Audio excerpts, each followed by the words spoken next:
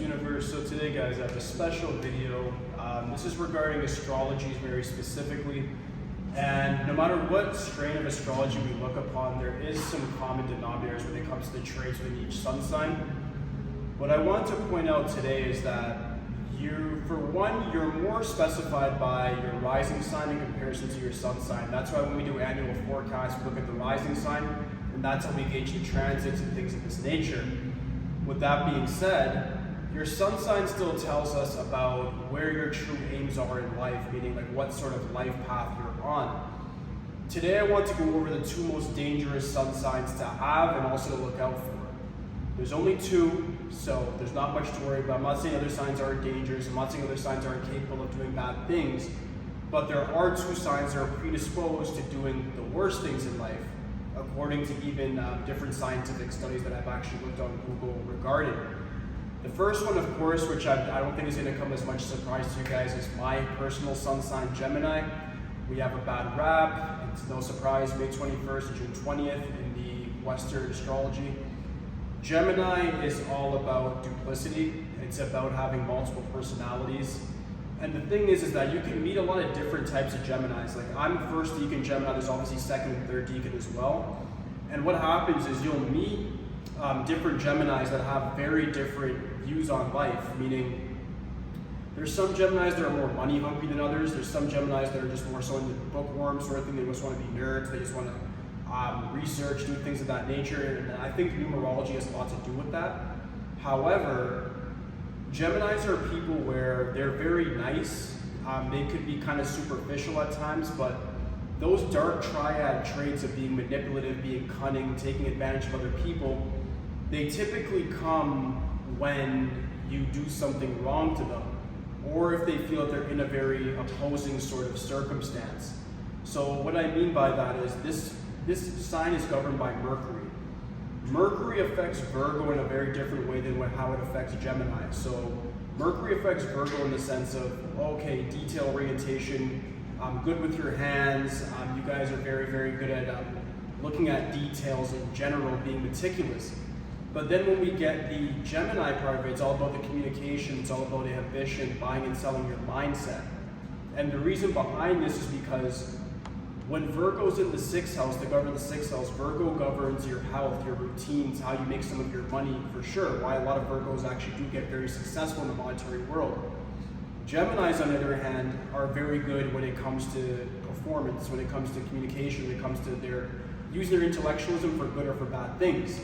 So they can do very well in the educational world as well when it comes to doing post-secondary. They can become quite avid scholars, things of this nature.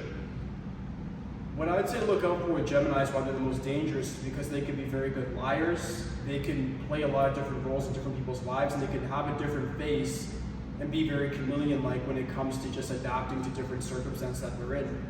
So what I'd say is that Geminis, if you put them in a bad circumstance, they'll adapt to that circumstance quite quickly. They're also a beautiful sign, right? So they're able to adapt. They're like the air. So they're very much able to it almost feels like you can't really touch, taste, smell, nothing about them, because it's like they can just switch all of those things within moments. So you never really know what to expect. A lot of serial killers are born under this star constellation as well. A lot of controversial individuals too that are more particular would be like Kanye West, Gemini, Donald Trump, Gemini. Revolutionary one more on a positive aspect was like Tupac, which is a Gemini as well. We have Biggie Smalls, Gemini. So a lot of musicians fall under it, but they also are very controversial individuals, and they're able to use sort of their throat chakra, which is why I believe Gemini has a very enhanced throat chakra. They're able to use that communication for controversy. We all know that controversy sells. So with that being said, they're able to utilize that to make a good living for themselves, but they can be very troublesome for the people around them because they're able to cause a lot of problems for people. When it comes to relationships, Geminis are most known for infidelity. They cheat the most, I can't argue it. And it really comes down to really how they're brought up, but it also just comes down to they can be different people. And a lot of people think that they can have like a shadow side and do all these different things, but Geminis really are the optimum of that, where they can be different roles within different situations. The next one, which a lot of people are known to be afraid of as well, is Scorpio as a sun sign. Scorpio is a fixed water sign that operates like a fire sign. They're very passionate, they're very sexual, and they're very much able to get what they want out of people just through their endurance, through their calculating personality, and they're just able to sort of see through people in a way that a lot of other people cannot do. This is because they're a water sign for one. Water signs are very emotionally adept, meaning they have a lot of emotional intelligence. They're able to look at your body language and look at how you are in different situations and gauge you as a person very quickly. Scorpio is one of the only people that, like, as guys, for instance, when they're pickup artists, if they go up to a girl, the girl will get nervous and actually be nervous in regards to the guy coming up to them. They have a very larger than life aura typically, and even if they're quiet, you can still sort of sense it. They have a very dominant, authoritative aura about them. Like I'm saying, this is a sun sign, so it's what you more so go into. What you'll find is that people that have like a rising sign Scorpio might have more of these characteristics in comparison to people with the sun sign itself. People with the sun sign have to grow into that energy in comparison to if it's your rising sign.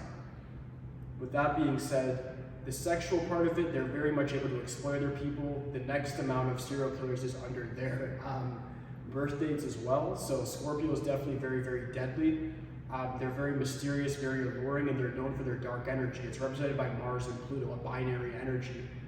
So it's very odd for a water sign to have such like a fiery personality, such a passionate sort of persona that brings forth a lot of controversy in their lives, but it's hard to really pinpoint it because they don't really care like Leos to be at the front page of things. They don't need a large audience.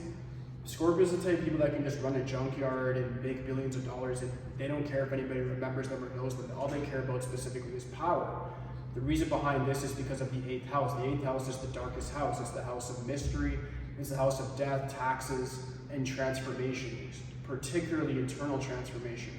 So people like that are born into the sun sign constellation of Scorpio, they tend to have an ability to adapt to their circumstance by becoming the villain within their surroundings. So they end up not really caring about being liked. They just get down to the business of things. Like what I always say about Scorpios is that they have a chess-like mind and a poker face. So you'll never really be able to read them, but they're reading you very, very perfectly. So if you are a Scorpio, I would say to enhance those traits for sure. I say it's very good for a capitalistic society, even if it's viewed as negative. Gemini, same thing, guys. Use your communication to your advantage. If that means that you're Machiavellian in a sense, it means that you're a bit manipulative. If it's a means to an end, it's a means to an end. Obviously, you're not trying to accrue karmic debts. There's limits to what I'm saying, but you have to utilize your gifts based on what the universe has given you. If you're not either of these signs and you're around them, be very careful. If you're around a Gemini, make sure you can trust them. I'm a Gemini myself, like I said, don't trust me. Like, trust evidence, trust tangible things, don't trust the actual person. Geminis are very good at convincing you of things that are not true, and Scorpios are very good at reading people and exploiting them completely. So these are two of the most psychopathic signs.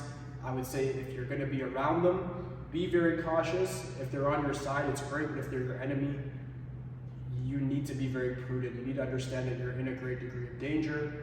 They both are able to get rid of their enemies or get obstacles out of their way quite quickly and proficiently. But that does conclude the video, guys. If you have any questions for me whatsoever, just please leave in the comment section. Aside from that, like, subscribe. I'll let me do it today, guys. Peace.